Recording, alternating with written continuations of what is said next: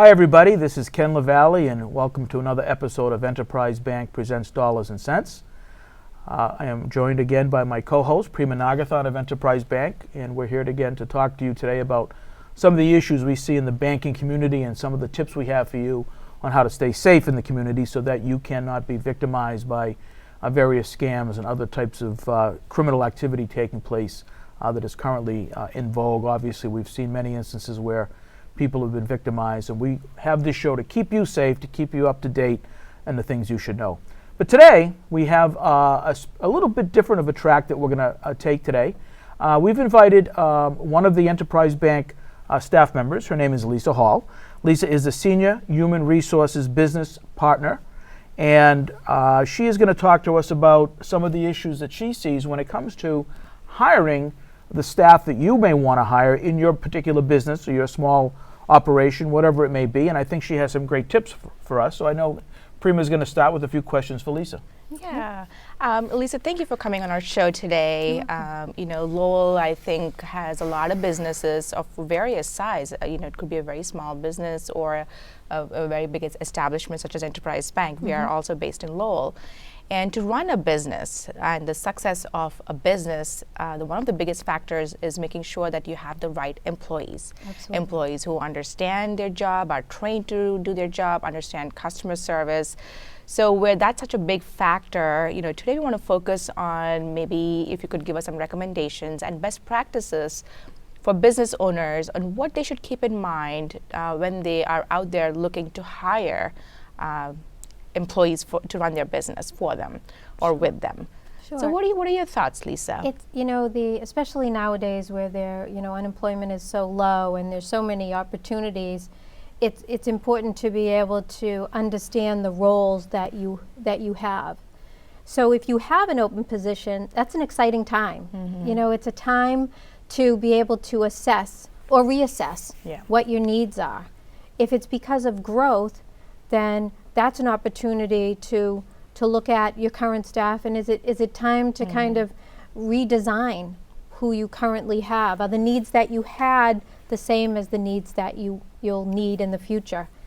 So it's important that managers and business owners take time at that point to decide what they really need in this job or in this role.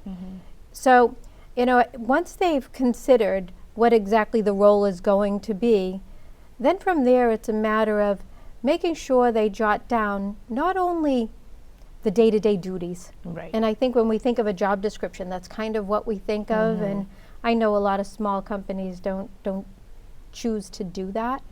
But at least writing down not only the duties, but also the skills and knowledge and abilities that you think are necessary for this role. And from there, going a little further into, what's the environment? What other key factors are going to be important? And things like, are they going to be traveling? Are they working in a hazardous environment? Correct. So those are things that they need to take into consideration when they want to see the full scope of the person and the role that they're looking for.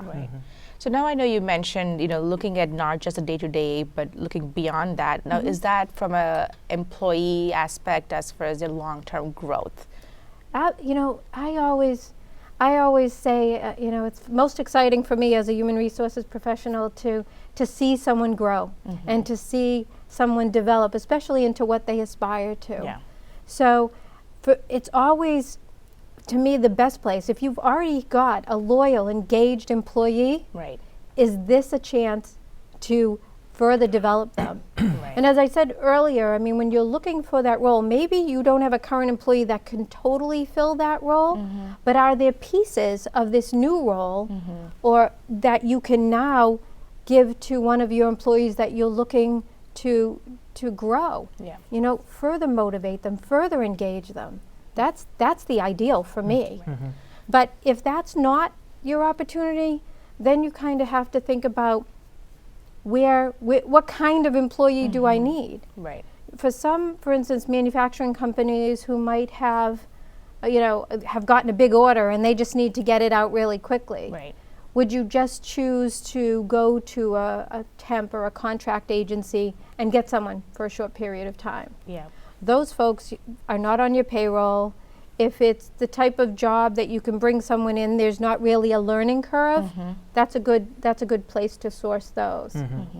If it's something that's longer term, you could still use a temp agency or a contract and do what's called temp to perm.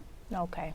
Yeah. So you get to try them out. They're still not on your payroll. You Right. haven't really made a commitment, Right. but you have this person that you can now try out, see if they're a good Yeah. fit. Because one of the key things, and I think we've talked about before, is that many times you can teach somebody the skills, the nuts and bolts of a job. Yeah. But having someone who fits your culture, as you know, we have such a wonderful culture at Correct. Enterprise Bank Yeah. that how anybody couldn't fit in, but there Right. are some folks that it's a struggle. Sure. Yeah. Yeah. So making sure that they're a good fit, not only for your overall company, but the folks that they're going to be working closest with. Right. So a temp to perm opportunity certainly gives you that chance to flush that out. Yeah. Other places, for instance, contacting local universities, Yeah. doing internships with places like UMass or Middlesex Right. to be able to give opportunities to new grads. You know, you're getting people who are excited to be starting their careers. Right. Right. You know, what you could be doing is giving them an internship during the last year or the last semester of their senior year. And then they, after graduation, they float right into a full-time job. But if all those, you know, those are just a few, but also from there, then it's also, do you just need a part-timer right now? Right. So is it a part-time person who may later could grow into full-time, or have you decided, I had a full-time person, I want a full-time Yeah. person, I want exactly what I had? Then if you had something and you lost it for one reason, definitely worthwhile to dig into why you lost it. Correct. You know? You know, you pointed out that a good way to source an employee is through the university internship or a temp person, that type of thing. But where do we find, or how do you think the best way to source an employee is, besides those two options? Besides those two options, then to tell you the truth, nowadays you're looking at social media. Social media. You're looking, you know, on job boards. Even, for instance, one of the great folks that we have in this area is the Lowell Career Center. Yeah. But even the Lowell Career Center has a job board. Right. It's called JobQuest. Okay. So nowadays everybody is looking online for jobs. Yeah. You know, there's some that are, but every single place has them. I mean, we use all sorts of them, and a lot of the larger networks feed to smaller places. Right. So we make sure that we hit a lot of community organizations. Sure. Yeah. What about internally? Do we find our own staff are a good, you know, option for us to be able to find people that they would recommend to work at Enterprise Bank? Internal referrals are our greatest source of Greatest employees. source. Absolutely. You know, because, and thank you for bringing that up, because so if an employer feels that they might not have the unique employee, but they know the caliber of employees that they have, certainly reach out to them and ask if they know somebody. As we do, offer an incentive for them to do so. But When you say an incentive, what do you mean by an incentive? well, you can you offer, if it's not dollars, which is what we do. You can, you know, they can give them gift cards. They could give Oh, I them see. dinner or For something. encouraging But them. and it doesn't have to be okay. You've brought Ken into the company. Here's $100. You know, you can wait until the person has proven themselves. Sure. So, Yeah. you know, after 3 months, maybe they get a little something, and after Sure. 6 months, a little something, It's a something. good way Right. to excite the employees to bring in some referrals. Right, Absolutely. right. So that Referrals are the motivates people best. to actually, you know, suggest and recommend Right. new employees at Enterprise Bank, and that's something a company could adopt. Absolutely. And you know, how many folks are willing to refer someone that they won't stand behind and aren't comfortable putting forward? Good point. Right. So, Yeah. So Lisa, when we were talking about doing this show and the topics, one of the things you mentioned on the top was really interesting terminology used was the employee value proposition. Tell us a little bit about that. the employee value proposition is pretty much what differentiates your company from another, because everyone's going after the same talent pool.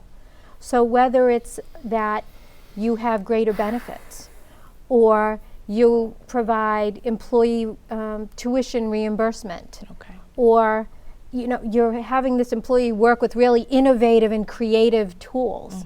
So you have to think long and hard of when you're writing that ad or putting something in the paper, how to differentiate yourself so that someone's going to say, I have A and B, but oh, look, company A Has offers these this. options. Yeah.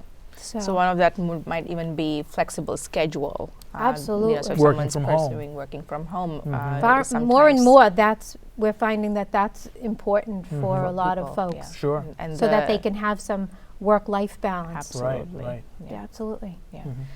And then some of the sources, where to source candidates. I want to talk a little bit more about that. I know we talked about the colleges and stuff like that, but any other avenues that you can think of that we didn't cover?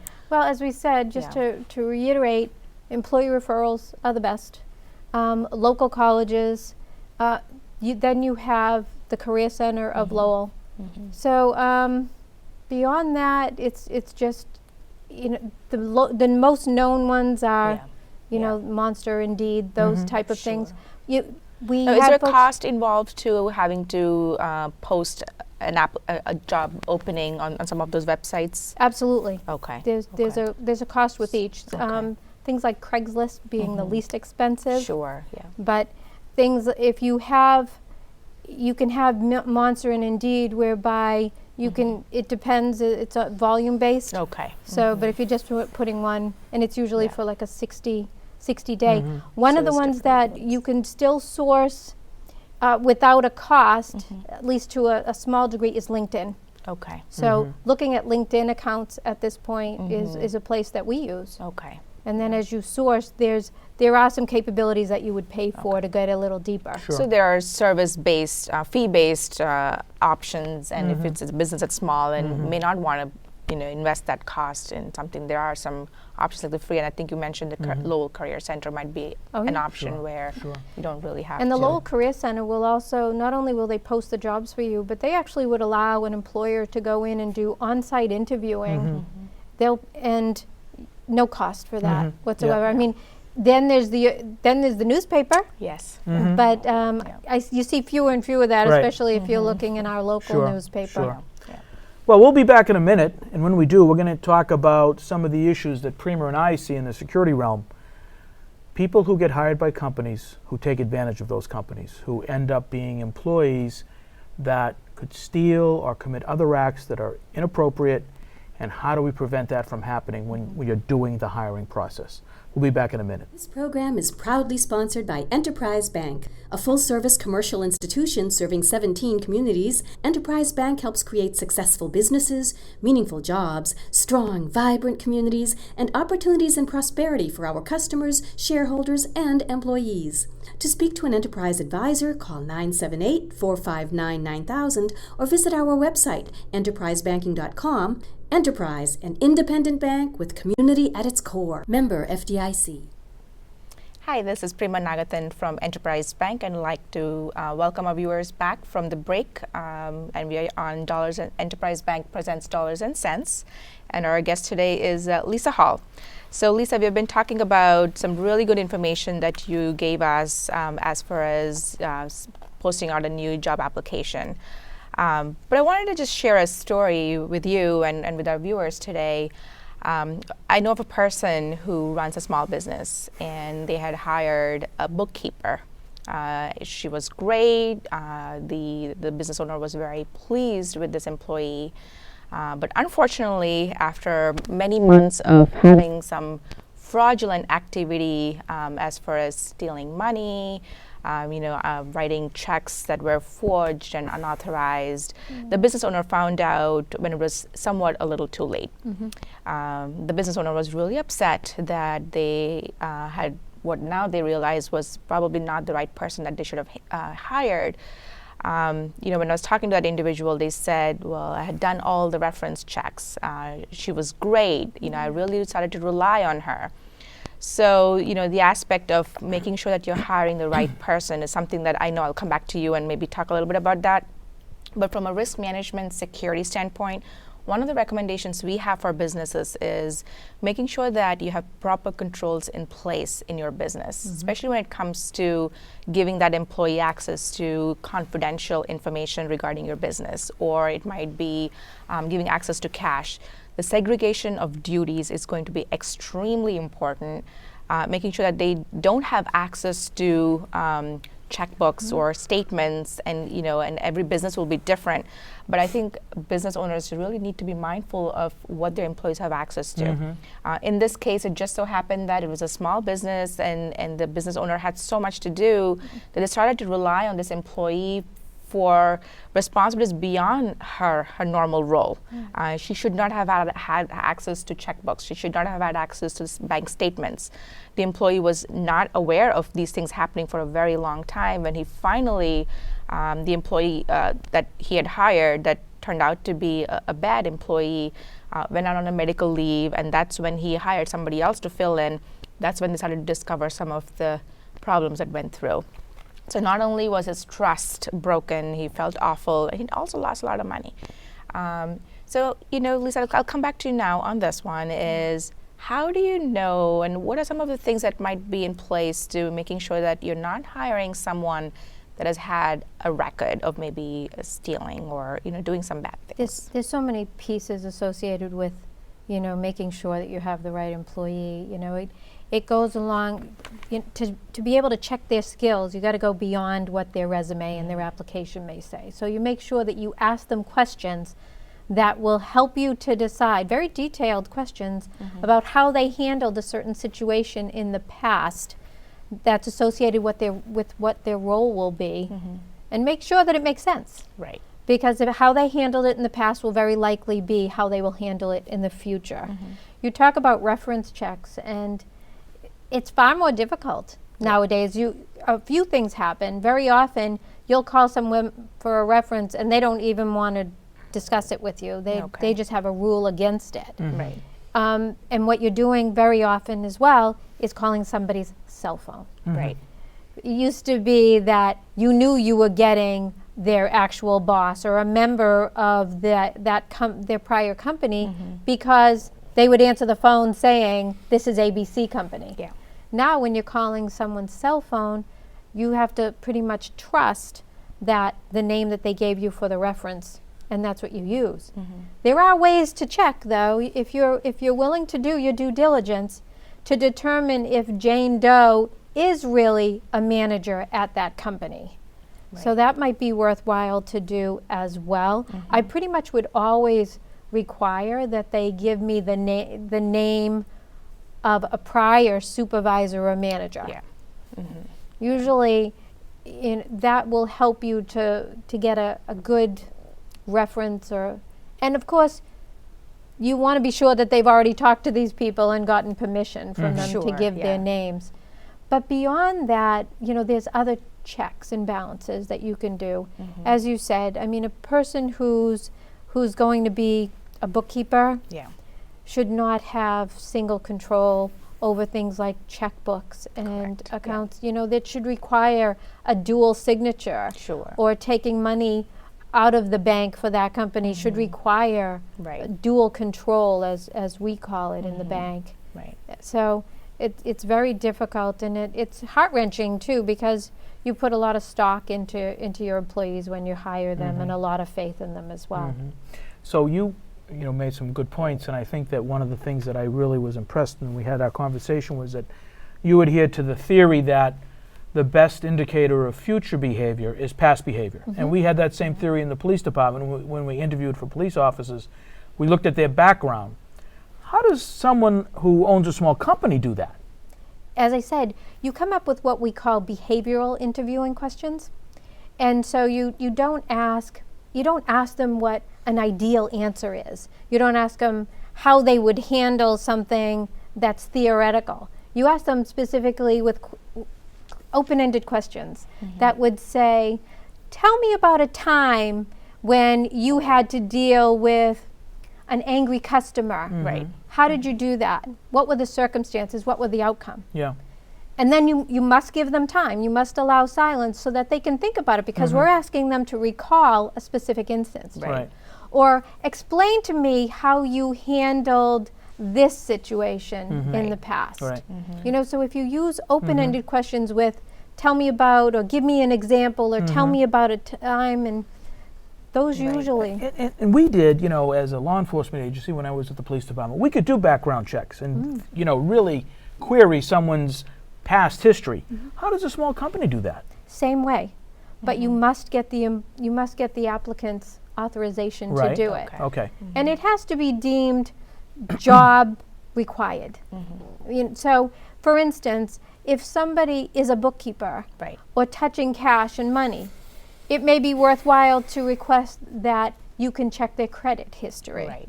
But if they're a machine operator, there's not really a correlation there. Sure. I yeah. see. As far as criminal checks, the same thing. Yeah. You can let them know that you're going to be doing background checks on them that include a criminal check. And they just have to authorize it. I see. So based on the type of the business that you're in and the type of job applications these are and the openings and the access the employee would have to, there's different levels of screening. Sure, Beyond of the absolutely. You know, the interviewing. other thing is there's tests, all kinds of tests associated with if they're a driver, for instance, a truck driver, then you have to be able to check their driving license and their Yeah. DOT. Sure. Yeah. If it's machine operated or something like that, where they need to be able to read schematics, there's tests for that too. And all these things can be found online. Right. And a lot of times, I know Ken and I, we do this quite often, is just a Google search. Probably not a normal standard practice, but sometimes just plugging in a person's name. We would never do that. Okay. Only because you can't control what people write on Google. Ah. So it may actually It's not a source that you normally will use. No, it's not Understood. factual. Opinions Okay. can be thrown on That is true. Google. That So is we true. wouldn't want to exclude someone based on what Sure. we might see on Google. We would never use a Sure. Google search. I see. Okay, that is not a standard practice. No. Okay. I want to shift tables a little bit. Now we talked about business owners hiring employees. So let's talk about people out there looking for jobs. We oftentimes will come across customers or people in the community that come in with checks and they think they got this really great job offer. Someone emailed them and said, we'll hire you for this certain job. And believe it or not, sometimes the pay that they're offering is really too good to be true. But unfortunately, when you're desperate, you're looking for a job, you've been out of a job for a long time, I understand sometimes people believe that it might be true. They're either asked to deposit the checks and send the money to somebody else as part of their job responsibility, which seems a little out of the ordinary. But we do see people falling victim to the work-at-home scams or a job offer. Not only they might lose money, sometimes they're giving away their personal information. Right. As part of the job application, they're asked to provide social security numbers and things like that. So any words of caution, Lisa, to people looking to apply for jobs? Very disappointing. Yeah. When you hear these things. Yeah. I would certainly recommend that if it's too good to be true, do your due diligence. And what I mean by that is, check the name of the company and check if there is actually a physical address associated with that company. I would go so far, if I've never heard of it, to check with your Better Business Bureau to see if there's been complaints. Right. Or even your local police department. I would guess that they would get complaints as well. Sure. Yeah. But too good to be true usually is. Yeah. I would caution people to not give certainly any of their own money Correct. up front. A legitimate job, Yeah. Right. you shouldn't have to expend money up front. But what they do is they send you a check, and they say, you cash this check and you send us a portion of the proceeds, and sometimes the check is bogus, Right. you see? Yeah. So they think they're just sending back the money they've just given, and they're getting to keep some. So they fall for this scam all the time. But there's a waiting period that a check has to cash. Right. It has to clear, Correct. for Exactly. instance. So If Yeah. it were me, Yeah. if it, I'd you wait. know, I'd make sure. Right. First of all, I can't see myself, but Right. I would make sure. Yeah. Okay, it's cleared. Everything is good. Right, Now but I they can insist send on it. an immediate return. That's how they operate. And so. some of the job offers where we've had a fraudulent check involved, they'll say this is confidential, don't discuss with anyone. I Right. think that should be a red flag. All those Absolutely. things. Yeah. Yeah. If, Yep. And if they're bullying you Yeah. for a time frame, that's Yeah. a red flag as well. Right. So I think these were all some really, really good suggestions, and I hope people who are tuning into our show today, whether it's business owners or people really looking to apply for jobs, have taken some information and just being cautious, making sure you do your homework, just asking around with people. Just ask your neighbors, your friends, your trusted friends about a company they might have worked for, or just if you did get that check, go to your financial institutions. More than likely, we'll be able to tell you if this is, in fact, a true job offer or just a good old scam. Absolutely. So, Absolutely. so Lisa, it was great information. We really thank you for coming on today's show. My Ken, pleasure. any final? No, I think that this was very informative and enlightening in many ways, and I think that currently in the job market that we have, like you say, that it's low unemployment. It's finding the right candidate is so critically important, and I think your organization's success is it's really based on the hiring practices that you have in your organization and how well you do in terms of hiring and soliciting these people to come work for you. And then once you have them, it's keeping them. Keeping Yes. them, yeah. Keeping them happy. So Right. the onboarding and the engagement and the motivation are all really key. Yeah. Yeah. So your job doesn't end once you hire someone, No. right? How do you That's right. continue to them motivate there. them and, Yep. and Absolutely. retain them? Yes, a doubt. absolutely. That's Well, thank you, Lisa. Thank you, Prema. Once again, Ken Lavallee, Enterprise Bank presents Dollars and Cents. Thanks for tuning in. We hope you enjoyed the show. Thank you. Thank you. Thank you.